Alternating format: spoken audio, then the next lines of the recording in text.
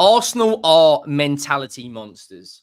That performance, 10 men for 45 minutes, the game plan from Mikel Arteta, David Raya, save after save after save. Urian Timber may be the best defensive fullback in the league right now. We're going to break it all down. Make sure you go down, hit that like button if you're enjoying the content. We've got so much to get through. So it's going to be probably a little bit of a longer video because there were so many talking points in this game. And make sure you have subscribed. We had nearly 400 subscribers over the weekend, and we are steamrolling our way towards 24,000 subscribers. Defensively, and the mentality from this Arsenal performance, it finishes Manchester City 2, Arsenal 2. A game of such fine margins. Arsenal was so close to going to arguably the hardest away ground from a Big Six perspective for Arsenal.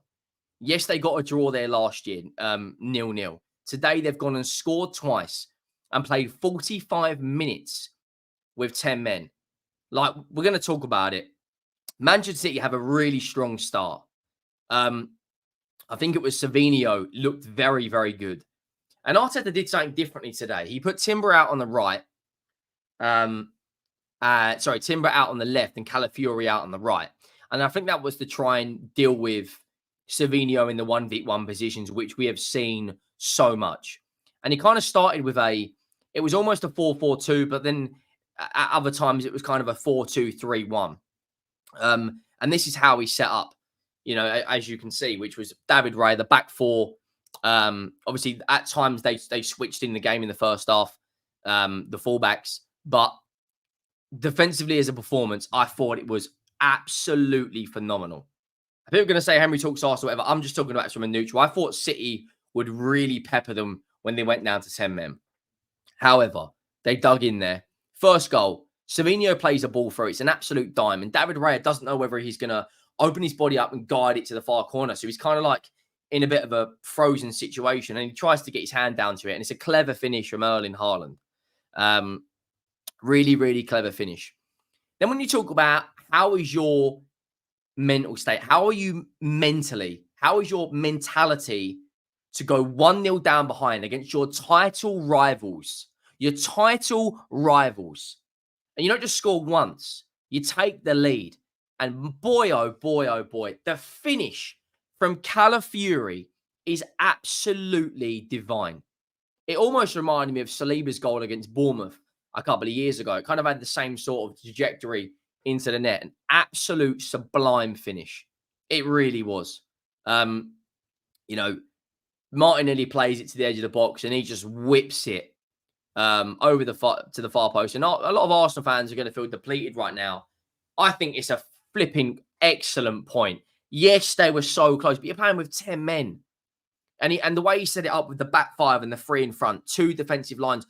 We'll get onto the second half, but the first half, absolutely brilliant play from Calafiori. And I'm thinking, right, City, when City scored the first goal, I expected Arsenal to come out, but he stuck to the game plan, which was to counter-attack, because that's the way you beat Manchester City. If you think back to that Chelsea-Tottenham game when we went down to 9 men, we didn't try and counter-attack. We didn't try and change the defensive line. Our high line was still so bad, and that's how we suffered, because Chelsea had to put a ball over the box.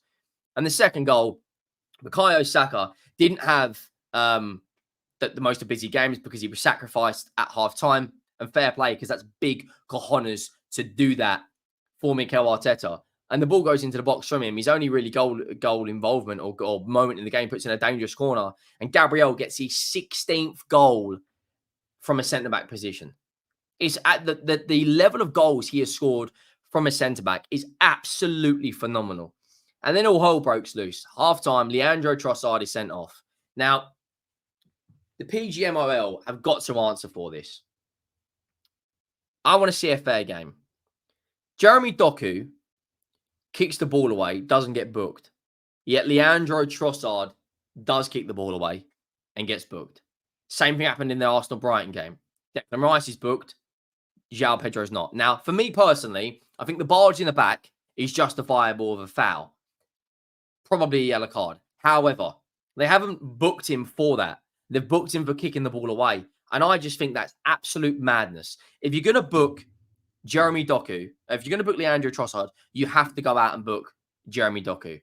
An absolute, it's mad. It's an absolutely horrendous bit of refereeing for me. I think it's justifiable of a foul if you're going to book him for the barge, but he doesn't. But then you have to book Jeremy Doku. We all want a fair game. And the amount of decisions that have gone against teams like Wolves. I think Wolves had more goals ruled out from VAR or incorrect decisions. One of the two go against them last season. And if you think if those points would have gone for them, they probably would have finished around a lot higher in the league. Half time, Yuri and Timber, there's a picture online of his reaction. Fair play to Arteta, because to take off your star player in Bukayo Saka, puts on Ben White, and he kind of goes to a back five of Calafiori, Ben White, and then it was the three centre-backs. Sorry, Timber, Calafiori, Ben White, Saliba, Gabriel. And the amount of defensive blocks, the amount of crosses that David Raya claimed, phenomenal defensive performance. Jose Mourinho-esque. And what he did was, he resorted Manchester City to getting in the wide areas. So they had to do long shots. So it was Diaz, Kyle Walker, Kovacic, Foden, because there was absolutely zero space because of how wide that defensive line is. And then you had three in front, which is Martinelli, Rice, and Havertz. The perfect game plan. And obviously, Gabriel, Calafiori, the second half starts to underplay.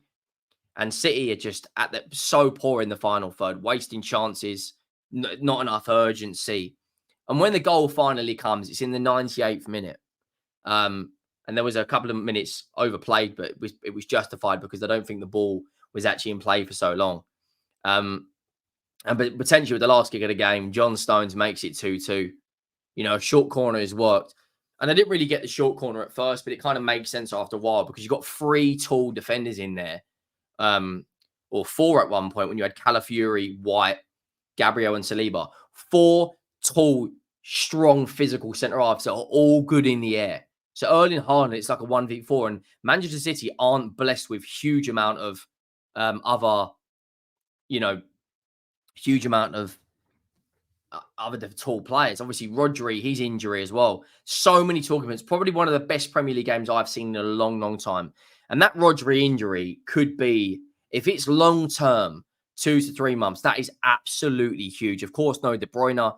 I don't think Foden did a huge amount this game. But the mentality boost that's going to give Arsenal now. There's 1 point between Manchester City and Liverpool, and they're 2 points away from City. And they played 45 minutes with 10 men. Like, they're probably going to feel an element the refs are against them.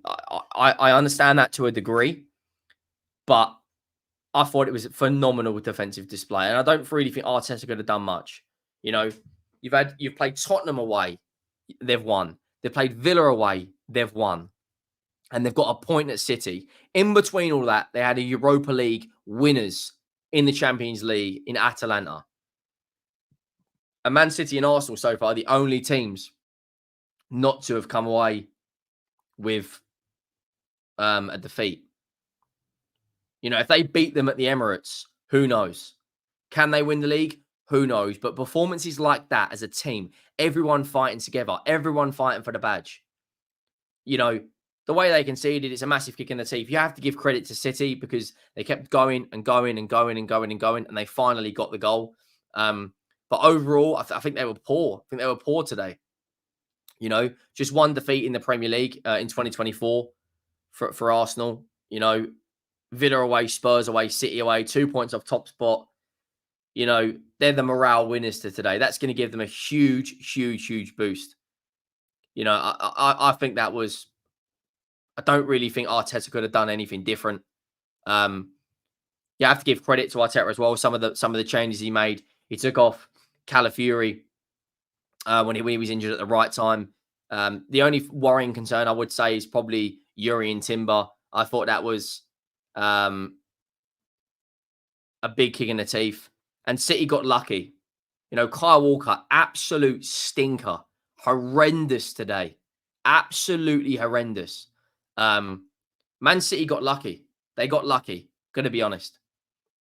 You know, they are the mentality monsters today. That's what we're going to title this video, because I don't see how you can go to the Etihad, play with 10 men and nearly yeah, the margins are so fine, but they've nearly done it and they've come away with a point.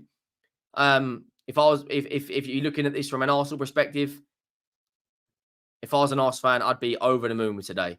Yes, you didn't win the game. However, you've come away, right? You've come away with a draw playing with 10 men for 45 minutes. Let me know down below your thoughts. Make sure you subscribe. Make sure you like. I am out.